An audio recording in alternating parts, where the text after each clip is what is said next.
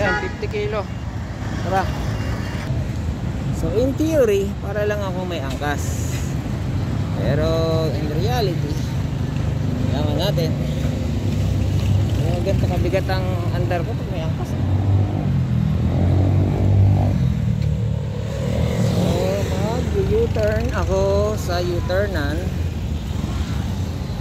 Kasi oh fuck.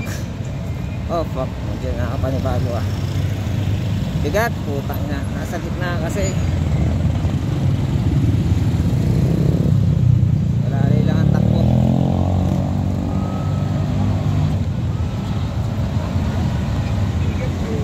Wala lang, baka bumigay yung shocks. Hindi ganito yung may kargang may pasahero.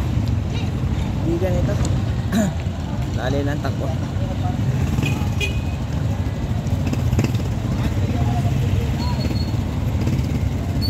Masyadong yung bigat sa gitna. Ang kilo ba yung angkas ko? Angkas ko mga kulang-kulang 50 kilo din yung angkas ko. Ay, gusto ko pa naman bumili ng grapes. Shit.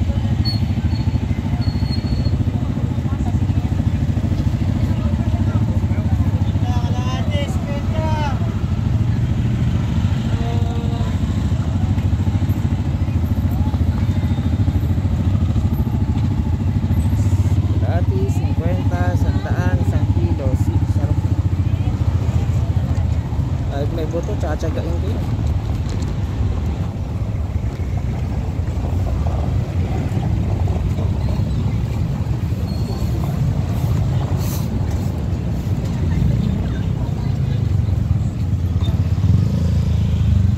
Tayo na may U-turn nandito. Pakalayo pa naman na U-turn nandito. Shit. Ang bigat ng pakiramdam. Kaya naman magtulin. Kaya left turn tayo.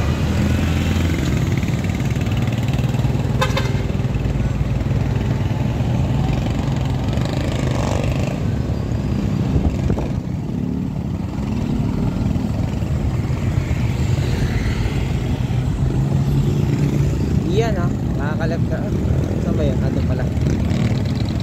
Para ako naka-raider yung tuhod ko nakatupi.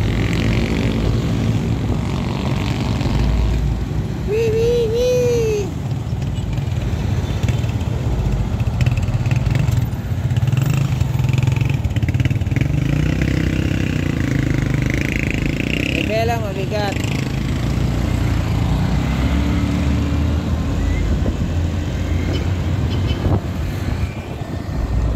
Sa gilid. Magpwersa ako magtulin Woo! First time 50 kilos ang kapan. Mahal na pala ng Coco Pandan, pucha.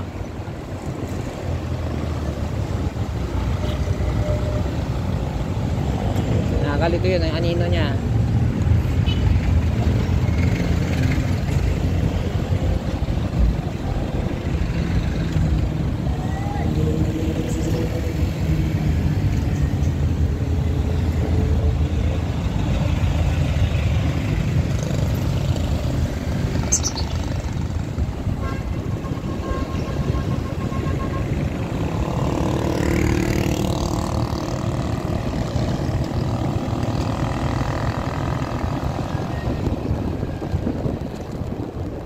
Tres pala ako hindi ako bumababa ng tres kahit kailan. Pang emergency kasi yan Tingnan natin. Ayun naman. Kaya ako sa kaya.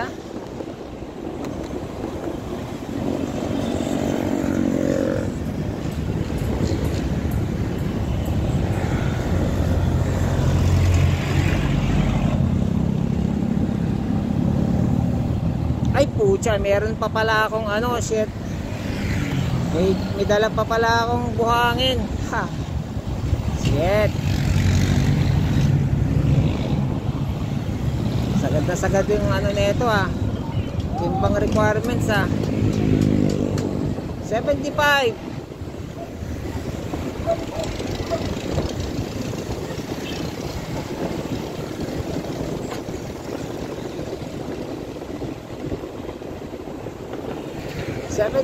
$75 volts. We got 75 volts left, ladies and gentlemen.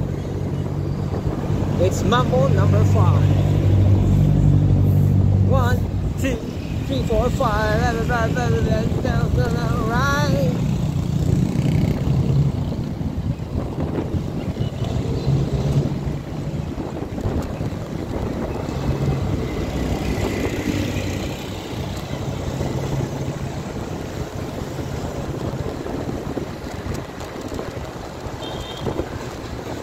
Right.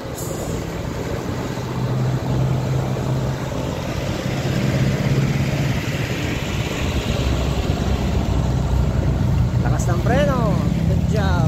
Very good. No pun intended. Lakas ng preno.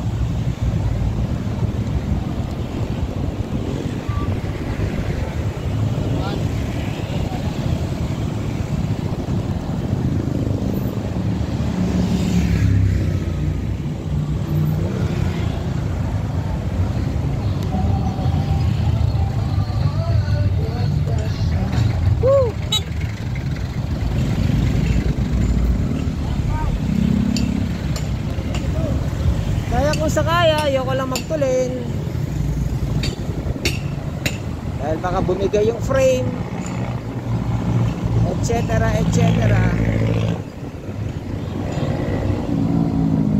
Hanggang 150 kilo lang kasi to. Ako pa, may dala pa akong buhangin, no? Ayaw nating sagarin, abusuhin yung kakayanan niya.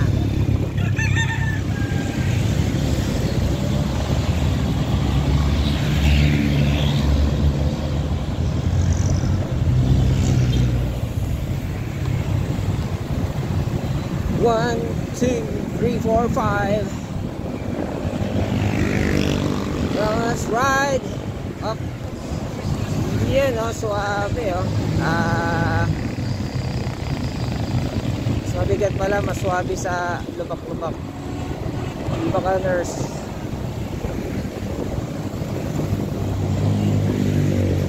Ako pag nagbibisikleta ako, bisikleta naman gamit ko talaga yan. Bago ito. Yung bisikleta ako, hindi ako matulin magpatakbo. Bahala kayo dyan. Pwera ko, kung gusto ko matulin, mag-sports car ako.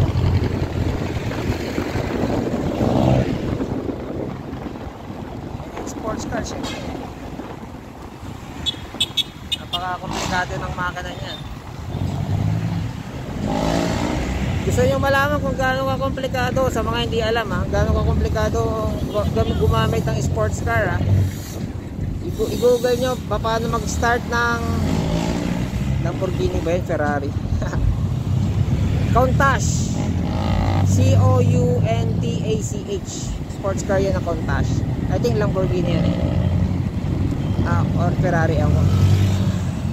Google nyo yun kasi ang dami niyang kakalabitin bago mag-start. Saka hindi basta-basta mag-start. Kahit yung mga brand new na sports car ngayon, yung si Andrew Tate, yung 27 yung sports car niya, 29 na nga yata. Bago na sis yung iba. Bago na kumpiska. Sinasabi niya na kung gusto mo ng reliable na sasakyan, bili ka Toyota. Nissan pala. Bili ka Nissan. Ganun na rin yan, Toyota, ganyan. Honda, ganyan. Japanese car, bili ka ng ganun. Kasi tawag nito. Kasi design sila pang everyday commute. Ang Nissan, Toyota, ganyan. Pang everyday commute sila. Kaya sa umaga, one click start yan, mga Ford, ganyan, everyday commute yan. Pero pag yung bibili ka ng mga D12, putang na, hindi basta yan.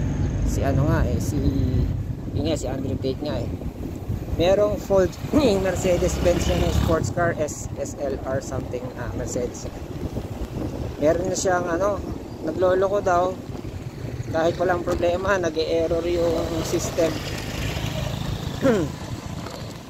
Nahanap niya yung hack kasi pag nag-error yung system na yan, padadala pa niya sa ano, isi-shipping niya, padadala pa niya sa Germany. Putang hirap ng sports car ano. Tapos yung pala merong hack pala na ano, na bakit, para maiwasan yung error ng gano'n sa machine. Kasi pag yung error ng gano'n sa machine na nangyari doon sa sports car niya, hindi na mag-start, hindi mo na magamit. Parang sasabihin ng computer, ay, delicates, bawal gamitin. Toyota ka muna. Ayan, parang gano'n mga supercars kasi ano yan, according to the owners, it's not designed for daily commute. Ano, kung marami ka ng pera, kita maraming sports car. Para pag nasira yung isa, pagkakakuha mo yung sira, meron ka pa ibang magamit. Kaya nga yung mga may sports car, usually 2, 3. Yan sa Andrew Tate, 29 sports car, 25 ang na-seize. Sakit. Piska ng gobyerno. Mga gold bars niya, pera niya, paintings doon sa bahay niya, sabi na piska, worth $50 million. Shit. Meron siyang inaaway, government, the matrix, puta. Pero in fairness kay Andrew Tate, nakikinig ako ng mga ano niya, mga talk niya, mga podcast, kaya nakikinig ako ng mga podcast. Ang laki ng ipinagbago ng buhay ko simula nung nakikinig ako, na-discover siya. Accidentally ko siya na-discover. TikTok nga, tama, TikTok. Ang video, the very first video na nakita ko sa kanya is ganito. Sabi doon,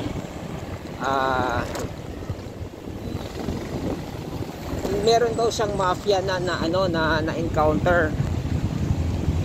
Sabi niya, puta na, dami ng perang kinikita nito. Mafia na na merong may-ari ng casino. Ganun. Ang dami kinikita nito. Gusto ko rin mag-casino. Gusto ko rin mag-mafia. Sabi niya.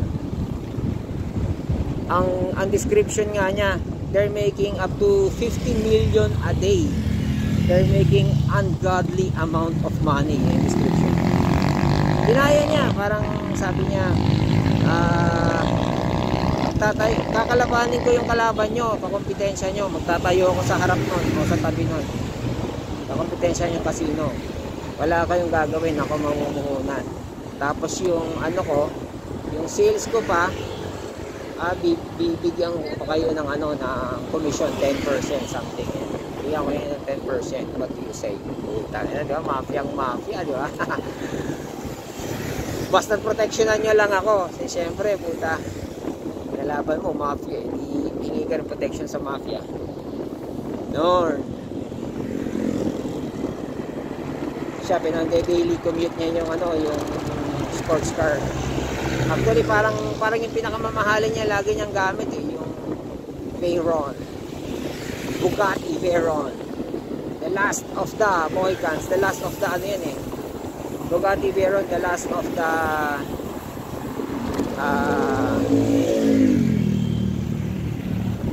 ang tawag doon, combustion engine ng Bugatti.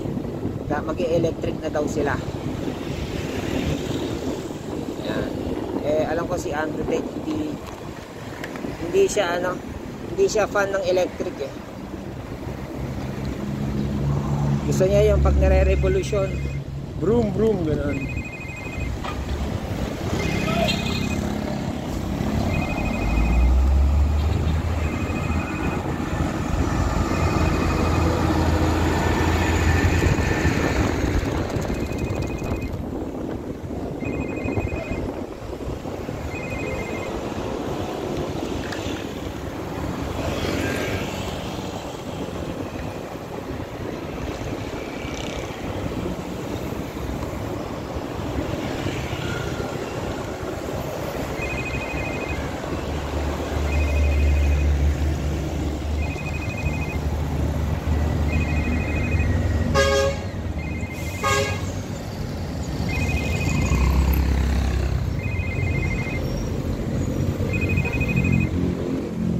Okay na.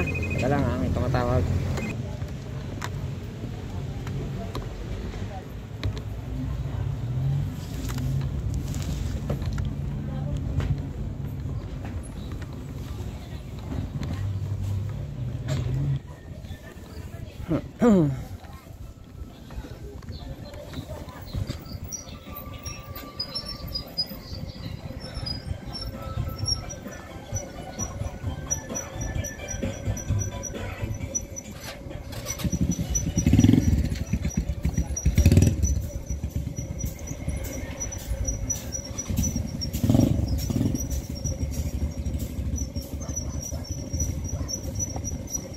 Lalo lang sa andar.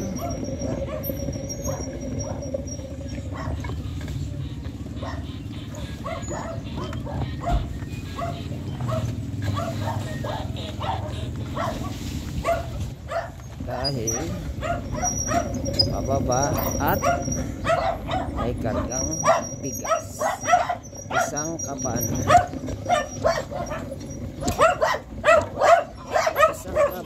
O 50 kilo 50 kilong bigas. Ang ganda tayo sa ano kita, huwag kang sumayad. Good job. O bakit yun hindi sumayad? Pag ako mag-isa sumasayad. Weird. Kasi nag-gym pala ako, gumana ako. Kakatok muna tayo.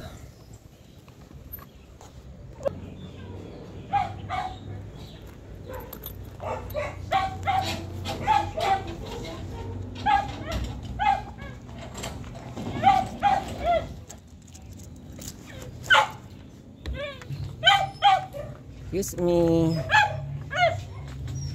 Excuse me. Excuse me. You know. Ay, pinasasaga sa amin yung tsinelas. And it's 74 volts. Good job. Teka lang. Ito yung bigas ah. Ito yung bigas. Ito yung bigas. Yun. 50 kilos. 50 kilos. Good job. Good job.